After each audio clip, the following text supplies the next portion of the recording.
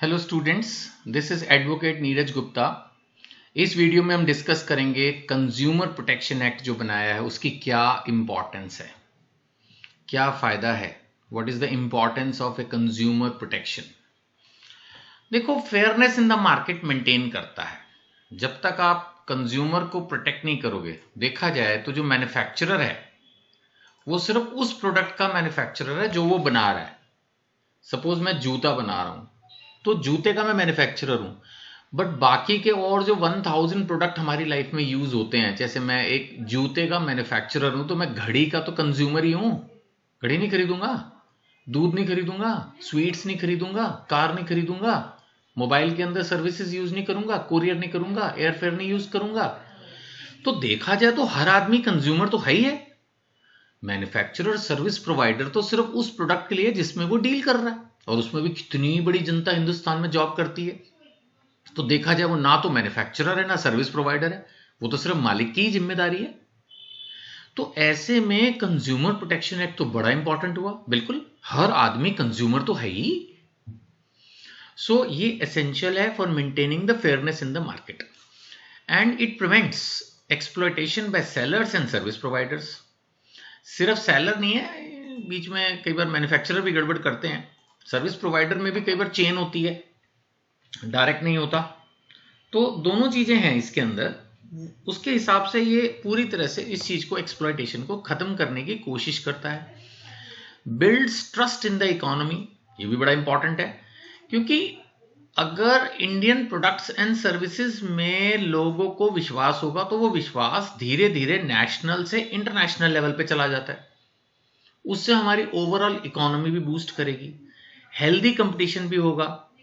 ये छोटे छोटे पॉइंट है, देखा जाए तो एक ही पैराग्राफ में इतने सारे पॉइंट्स मिले। अब एक अच्छे स्टूडेंट को चाहिए कि इन सारे पॉइंट्स को, जैसे मैं हाईलाइट कर रहा हूं, सेपरेटली नोट कर ले, या इसी को डेवलप करने की आर्ट तो सीखनी पड़ेगी as a law student, right.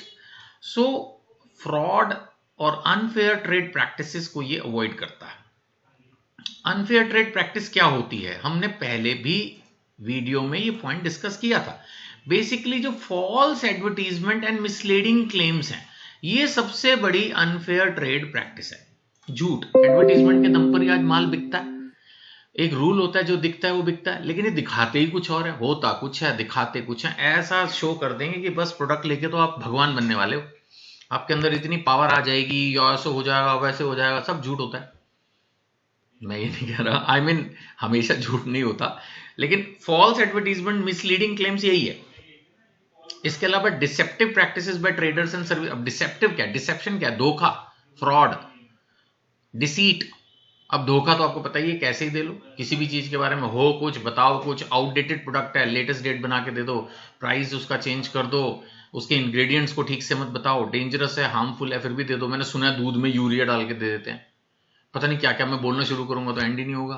और आप सब भी रील्स देखते ही, आपको सब कुछ पता ही है, मैं कुछ ऐसा अनोखा तो बता नहीं रहा। सो कैसे होगा? तो ऐसे में कंज्यूमर प्रोटेक्शन एक्ट, कम से कम जो आदमी जागरूक है, एक्शन लेना जानता है, रिएक्ट कर सकता है, अगर उसको बेईमानी करोगे तो कम से कम उसके लिए एक एक्ट तो बना दिया कि भाई यहां जा और कंप्लेंट कर। अब इसमें मिसलीडिंग एडवर्टीजमेंट्स के ऊपर केस है, ये पिछली वीडियो में भी कवर किया था, Lakhanpal national limited versus MRTP commission का। तो आप इस केस को अगर याद रख सकें तो बता सकते हैं जी, मिसलीडिंग एडवर्टीजमेंट्स को अनफेयर ट्रेड प्रैक्टिस मानते हैं। ये डिसाइड हुआ Lakhanpal national limited case में। Right to safety and quality, naturally एक कंज्यूमर को कंज्यूमर प्रोटेक्शन एक्ट ये बोलता है कि हम पूरी कोशिश करेंगे कि आपको कोई भी डेंजरस, हैजार्डियस प्रोडक्ट ना मिले, कोई आउटडेटेड प्रोडक्ट ना मिले। आउटडेटेड प्रोडक्ट लेने से फिर क्वालिटी खराब ही है और कंज्यूमर को दिक्कत आ सकती है। और खासकर ये कानून एप्लीकेबल होता है food, medicine and electrical appliances पे, क्योंकि ये प्रोडक्ट सबसे, खासकर फूड एंड मेडिसिन, ये तो बहुत ही इंपॉर्टेंट है। सो डोनागो स्टीवेंसन, ये जो केस था, इसमें ये क्लियरली डिसाइड किया गया कि अगर कोई भी खतरनाक चीज बनाई जो कि हेल्थ के हिसाब से सही नहीं है, तो मैन्युफैक्चरर की जिम्मेदारी मानी जाएगी। दैट इज द पॉइंट, ठीक है ना। तो ये बिल्कुल क्लियर कर दिया गया इस केस में। फिर कंज्यूमर कमीशंस बनाए, बहुत डिटेल्ड वीडियोस इसके ऊपर आने वाली हैं अभी आगे चल के। 3 टियर सिस्टम बनाया है कंज्यूमर डिस्प्यूट्स को सेटल करने के लिए। पहले छोटे लेवल पे डिस्ट्रिक्ट, फिर स्टेट लेवल पे स्टेट कमीशन, एंड देन फिर नेशनल कमीशन। तो यहां पर अपनी तरफ से कोशिश की जाती है कि स्पीडी एंड इनएक्सपेंसिव जस्टिस जो है वो कंज्यूमर्स को दिया जाए, लटकाया ना जाए केसेस को, और कम से कम खर्चे में उनको जो है वो मिले, सक्सेस मिले। ठीक है ना। आगे चलते हैं। इसके अलावा कमीशंस बनाने के अलावा एक सेंट्रल कंज्यूमर प्रोटेक्शन अथॉरिटी बनाई। ये एक अलग अथॉरिटी है, इसको समझना। ये जो हमने अभी 3 कंज्यूमर फॉरम्स पढ़े है ना, डिस्ट्रिक्ट लेवल का, स्टेट लेवल का, नेशनल कमीशन, ये तो अलग है। इसके अलावा एक सेंट्रल कंज्यूमर प्रोटेक्शन अथॉरिटी बनाई, और ये है, इसको पावर दी गई है कि भाई आप रेगुलेट कीजिए कंज्यूमर राइट्स को। जहां पर भी वायलेशन ऑफ कंज्यूमर राइट्स है, जहां पर भी अनफेयर ट्रेड प्रैक्टिसेस है, मिसलीडिंग एडवर्टीजमेंट्स है, इन सब चीजों को रेगुलेट करने के लिए इनको पावर दी गई। और सबसे बड़ी बात इसमें 2 चीजें हैं। एक तो ये लोग पेनल्टी इंपोज कर सकते हैं। सबसे पहले आप ये सोचेंगे कि सर ये बना दी, चलो इनके पास क्या पावर्स है। तो एक तो ये लोग पेनल्टीज इंपोज कर सकते हैं। मैं दोबारा इसको डिफरेंट कलर से हाईलाइट करता हूं सो दैट आप इसको अच्छे से देख पाएं कि ये जो कंज्यूमर प्रोटेक्शन अथॉरिटी है, ये तो पेनल्टीज इंपोज करेगी and order recalls of unsafe goods.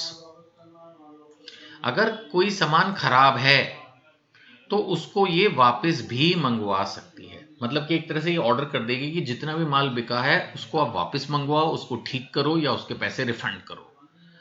तो ये बहुत पावरफुल डिसीजन है। अगर किसी भी केस में ये कंज्यूमर प्रोटेक्शन अथॉरिटी इस तरह का डिसीजन लेती है, पहली बात तो जो हैवी पेनल्टी अगर इंपोज कर दी जाए तो उससे भी मैन्युफैक्चरर अलर्ट हो जाएगा कि वो आगे के लिए केयरफुल रहेगा।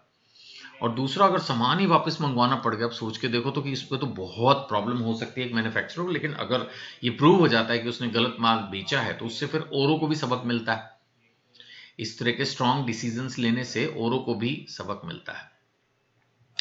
ई कॉमर्स प्रोटेक्शन, इस पर अभी ज्यादा डिस्कशन नहीं है। फिलहाल इतना ही है कि हाँ, ई कॉमर्स आजकल आप देखो कि मार्केट के अंदर ई कॉमर्स कितना बढ़ गया है, चाहे सर्विस सेक्टर हो चाहे प्रोडक्ट हो। तो उनसे रिलेटेड प्रोविजंस भी हमारे कंज्यूमर प्रोटेक्शन एक्ट में हैं, ताकि इनमें भी कोई फ्रॉड, कोई अनफेयर ट्रेड प्रैक्टिस ना हो। इसको इंश्योर करने की ई कॉमर्स प्लेटफॉर्म्स पे भी कोशिश की गई है। प्रोडक्ट से रिलेटेड लायबिलिटी फिक्स की गई है। किसकी? सबकी, जो भी चेन में है।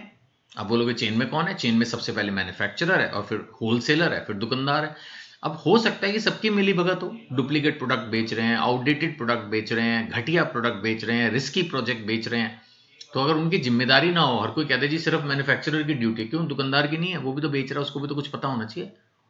ऑब्वियसली ज्यादा जिम्मेदारी मैन्युफैक्चरर की होगी। अब एक आदमी ने गलत सामान बना दिया और वो हजारों दुकानों में बेच रहा है, तो हजारों दुकानदारों को पकड़ा जाना मुश्किल है। लेकिन फिर भी ऐसा नहीं है कि दुकानदार अपनी जिम्मेदारी से पूरी तरह से आउट है। तो जिम्मेदारी जो है वो मैन्युफैक्चरर, सेलर, सर्विस प्रोवाइडर सबकी खड़ी करने की कोशिश की है एक्ट ने, कि आप बच नहीं सकते हो। कंज्यूमर प्रोटेक्शन तभी हो पाएगी। इसके अलावा कंज्यूमर अवेयरनेस एंड एजुकेशन के ऊपर भी कंज्यूमर प्रोटेक्शन एक्ट जो है वो स्ट्रेस देता है। जहां तक हो सके कंज्यूमर को ट्रेनिंग दो, वो समझ पाए कि किस प्रोडक्ट में क्या फीचर्स हैं, क्या यूजफुल है, क्या इसका जेन्युइन प्राइस है। और अगर कोई फिर भी प्रॉब्लम आती है तो इजी एंड स्पीडी जस्टिस, इसको इंश्योर करने की कोशिश की। ये हमने पहले भी पढ़ा कि उसमें 3 तरह के कमीशंस बनाए हैं, डिस्ट्रिक्ट लेवल पर, स्टेट लेवल पर और नेशनल लेवल पर। तो एक इजी एंड स्पीडी जस्टिस की कोशिश की है। इन्होंने ये तक बोला है कि ऑनलाइन कंप्लेंट का सिस्टम जो है, इवन फाइल कंप्लेंट्स ऑनलाइन, माना एक आदमी नहीं जा पा रहा है तो ऑनलाइन कंप्लेंट भी फाइल करना कंज्यूमर प्रोटेक्शन एक्ट में अलाउ किया है। सो काफी स्ट्रिक्ट पेनल्टीज एंड प्रोविजंस जो हैं वो इस एक्ट के अंदर दी गई हैं, ताकि डेटरेंस, हेडिंग क्या है इसकी? Deterrence against exploitation.